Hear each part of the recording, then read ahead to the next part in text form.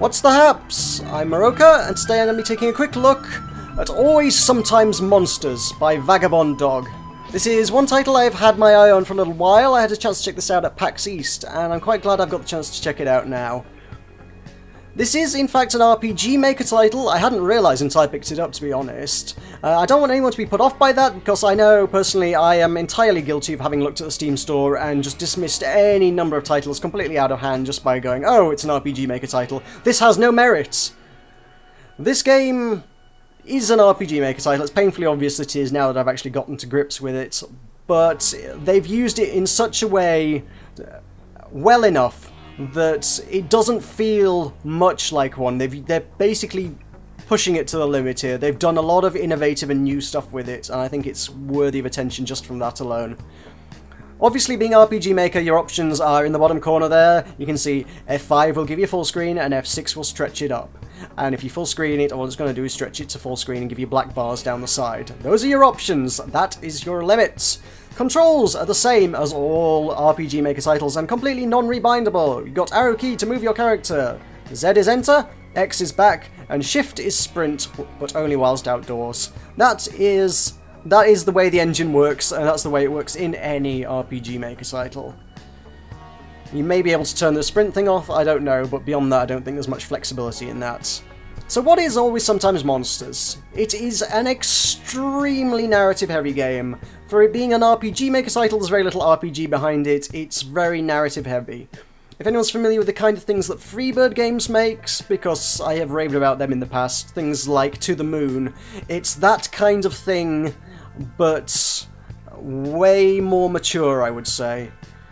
It does have a content warning on the Steam page, which I will read for you now because it is important to know before going in, I think. Always Sometimes Monsters has content dealing with racism, sexism, homophobia, transphobia, mental health, sexual assault, child abuse, animal abuse, drug abuse, and suicide. So quite the shopping list there. That's a lot of stuff that could be upsetting for a lot of people, but I will say that for the things that it does deal with, it does handle extremely maturely compared to a lot of games on the market these days. And I think it's worth checking out just for how well it handles serious topics. So, before we get in, I'm also going to note that being a narrative-heavy game, spoilers. As load file 2 is where I left off. Spoilers. It's all story and little else. Anything you see here for the next however long it takes me to make this video, 10 to 20 minutes I suppose, is going to be story. It's going to be involved in the story. There isn't much really in the way of side quests. It's all going to be story. And if you're planning on checking out this game, there will be spoilers. I am about 5 hours into the game, roughly speaking. I have gone back and then done another 2 hours of the first 2 hours of the game to see how the decisions I make affected things. Because the game is all about decisions and how they affect the people in the world around us. The game is principally going to be about making decisions. So, hello, welcome to the world. I am Kim in this particular instance. Kim is currently a starving artist, a writer, currently unemployed, homeless, and a lesbian. So, these things will probably come up in the story from time to time. Your character may not be Kim. Your character may be someone entirely different. There's a bunch of faff around a party at the start of the game in which you end up picking a character, but you aren't entirely aware that you're picking your character to begin with. It's all very well ingrained in the story. Everything's well veiled. It's not aware that it's any kind of character select screen until the game goes, okay, here you go, start playing now, this is your character. This is at no point made particularly apparent. So, in this case, I am Kim. Hello, welcome to the world. This is the second town we visit. It is Beaton. Judging by the red trail that goes through the town, I almost feel like, is it possibly based on Boston? I don't know. The name similarity also seems to be something. So, the game it plays out over a course of, I think, about 30 days. I'm on about day 8. And we can track the time by going into my inventory. I've got a series of journal pages. I've got 23 pages left to write. I've done 7. And we'll write a new journal page for each day that we're in the game. We are trying to, the overarching plot is that I'm trying to get across country to meet, to reunite myself with the love of my life who lives several towns away. And that's a fairly expensive and long trip for someone who's currently unemployed and homeless and penniless. So I'm looking for, I think I'm looking for this house because they are going to be giving me some work today, which is currently where the story's at. So this chap here, we have a long conversation upcoming. This is Kim and the Mayor Bob Horde. So these guys are going to chat for a while and I'm going to get a job at the end of it, potentially. So basically, currently what's going down in the town is there is a union strike and an election, and this mayor has always been pro-union. Red here, so just above me, he is one of the union leaders. So I'm kind of working for them at the minute, but again, decisions are important. I actually have a feeling there's a very real chance that I can undermine the election here, judging by this scene, and change the way things work in the world. I have a lot of power at this point in time, I feel. So all the decisions you make won't necessarily affect the great overarching story, but will affect the path of your story. For example, there is a section trying to get from the first city to the second. The standard way to do it is to save up $800 by doing various odd jobs around the town, and many of them are daily grinds, and they're as tedious as you would expect for a daily grind. There's some processing plants for food that you can go and work at a conveyor belt, and it's really tedious because it's imitating real life. It's a parody of real life, so the jobs are as tedious as a real job would be, but you get paid well at the end of the day. Otherwise, you can go out and you can hunt down people and do odd jobs that are a bit more interesting. You might find something that's a bit more stimulating that it can actually change the course of things. There is a job that you can do which will introduce you to a person that you can meet who is also looking to get out of the town. If you befriend him, he might be willing to give you a lift out of the town when you go with him. He will be hiring a car. Also, spoiler alert, there's a chance to destroy that car earlier on. I believe I haven't checked this out, but I'm fairly certain that if you destroy the car, chances are you're not going to be able to get a lift. So if things play out the way you want them to, you can get to the second town for free. Otherwise, you're going to be working your butt off for a bunch of days until you can get the cash together to get to the second town to continue on with the story. So if you make the right decisions, things become easier. If you make the wrong decisions, things go poorly. Which are the right decisions? Hard to say. The whole mantra of this game is there is no right and wrong. There are only choices to be made. And your circumstance is going to dictate the choices you're going to make. And to a greater or lesser extent, your morals. Some people might be completely willing to be cutthroat and step on everyone and everything, and they'll rack up loads of money really quickly, and you can get to the end of the game really quickly, but you're going to be a very bad person along the way. Other people might have a little bit more trouble. If you're going to try to be nice to everyone, chances are you're going to get taken advantage of. It's the way the world works. It's basically trying to be real life, to a certain extent. The decisions you're going to be making are real decisions based on real things, and they're going to impact the world around you. So that conversation there, if you were reading along with it, not that I was reading it out, but it was, the next job I have to do is take my PhD, a personal hacking device, and we have to go rig the election so that the mayor wins. That's going to be fun, and something of a moral choice there, I believe. So he wants me to test it out. I'll show you what that is, because this is one of a bunch of things they've done quite cleverly with this. If we go to the PhD, there we go, personal hacking device. Welcome to Hacksaw Simulator 2000. A lot of this is a bit tongue-in-cheek, to be honest. There's a lot of silliness going in amongst all the seriousness. So Hacksaw Simulator 2000, we can hacks. So I can choose how many attempts I want to do at it. So I'll give myself 10 lives, why not? We're just doing a practice. I'll do it on easy. What I've got here, well, it's Frogger is what it is. I've got a floppy disk at the bottom and I need to get across through all the fire. I don't know, is that a firewall? I don't know what it's supposed to be, but it's a hacking simulator.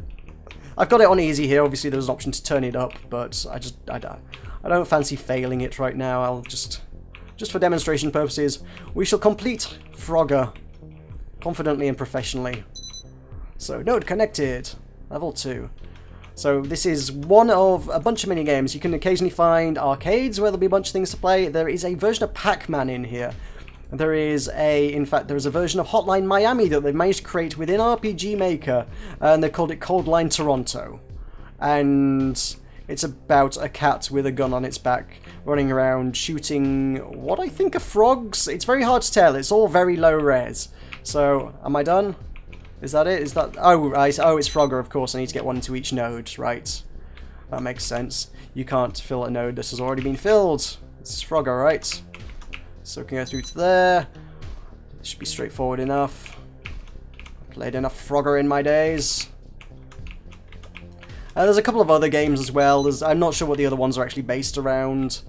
There's references galore to all sorts of silly things. Like I say, there's obviously you've got Cold Line Miami there. Not Cold Line, Cold Line Toronto, which is obviously a parody of Hotline Miami. There we go, complete. And there are a whole set of figures that we can get. Trial begin, simulation mode activated. I'm not sure what this is. Vagabond PC close. I guess I got the hang of it. If we go into the items, we have a bunch of collectibles. We have items that you can find hidden all over the world. I'm not sure how many there are. Oh, it says out of 60. There are 60 to collect, I imagine. We have 60 to collect. They are all characters from indie games. They are indie heroes figures. There's the little monster from Monster Loves You from Dejaban.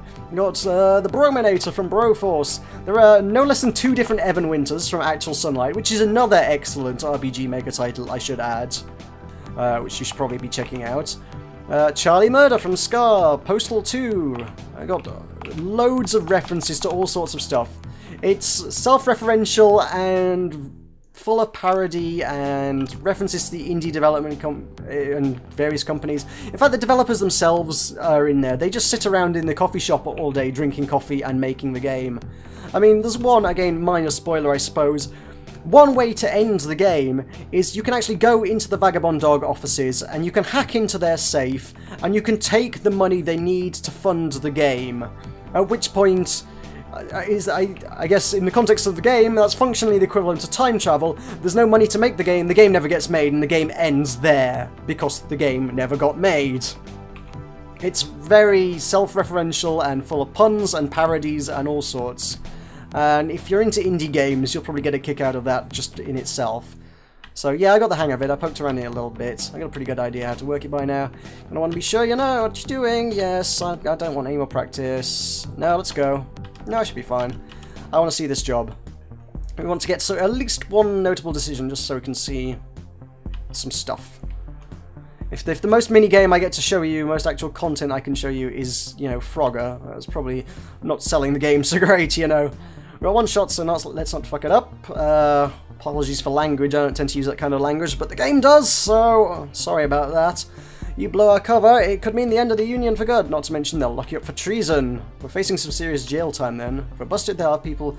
So, I wonder if I can end the game here by, you know, breaking the law. So...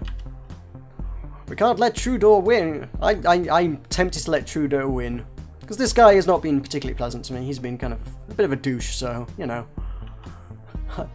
So, the things I do for money. There we go, we've got the conversation options. I don't know if this is going to affect things. They might. I don't know. Some decisions don't affect things much at all. It's just a conversation option. Some things are actually going to change the way things work in the world. And...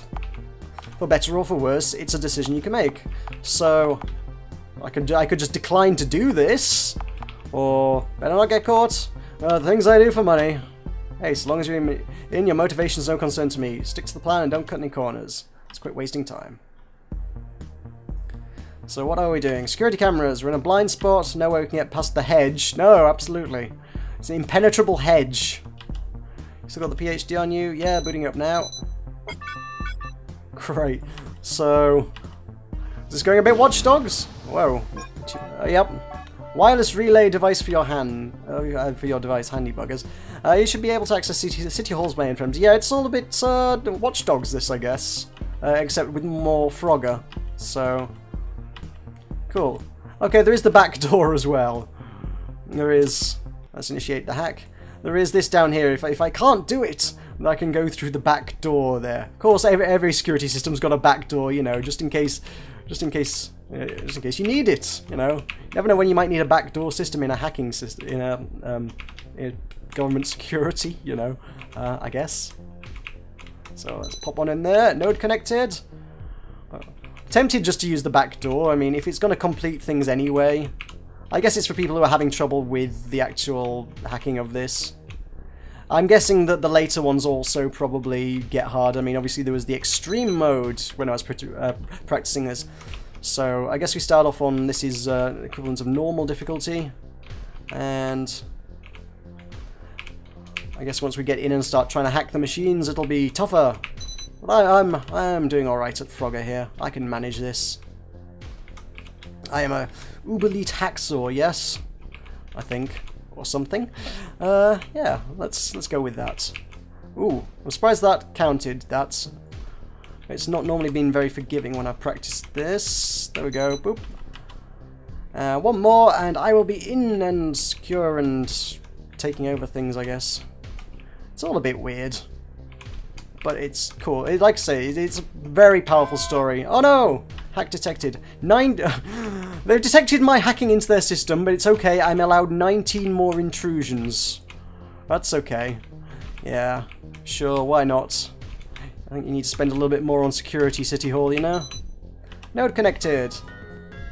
That's it. Hack success. System bypass override initiate. There we go. Security cameras down. It's that simple, huh? So I'm not sure if I'm ever going to be able to show you anything that's actually going to make any significant decisions, because it's not a fast-paced game. Like I say, I'm about 5 hours into it, and I think I'm less than halfway. I gather there's about 4 towns to visit in this, as far as I can figure out, and obviously I'm in the second one. So it's not a particularly fast-paced game, and it could be any given amount of time before I can actually see the consequences of any decisions I made. I may not be able to show this off anywhere near as well as I should like. I can tell you about the kind of things you're going to see, and you can see what the gameplay's like for yourself. But I'm afraid, unfortunately, a lot of this is you're going to have to take my word for this. All I can say is that I heartily recommend this. It's an excellent title. It's doing some very interesting things that most other people are not doing with RPG Maker, and it's definitely breaking some ground in that certain scene. It does deal with some very mature themes, which most of the titles are not particularly willing to do, and I think it's all the more respectable for that. And I do think it's going to be one of the more important titles this year. I honestly do. I said this about other games before. I'm fairly certain I could be... come year end, I might well be saying this is my favourite game of the year. I'm fairly confident about that. So I will... give me the uniform. I didn't particularly see what that decision was about, but... okay. So actually, some choices isn't a choice. Apparently we have to go through the vents. It was take the vents. Okay. Cool. So we've got 15 wireless spoofs. This is going to be a bit more gameplay, but it's going to be kind of gameplay I've already just shown you loads of, so I don't think you need to see that. But this should hopefully give you an idea of what Always Sometimes Monsters is, and I do think it's very well worth checking out. This is currently out on Steam. It's been out a couple of days now. It is £6.99 or your regional equivalent, with a 20% launch discount, bringing it down to £5.59. It also comes with the soundtrack edition, which is £10.99. I am enjoying the soundtrack. I wouldn't mind picking up the soundtrack, actually. I'm not convinced the soundtrack is always super appropriate for what's going on, but it's certainly very enjoyable. So there's that as well. That's always a nice extra. So I think it's an important title and one people should very much be checking out. So thank you very much for watching. I have been Meroka. This has hopefully shown you, or at least told you, something about Always Sometimes Monsters. And I shall see you next time.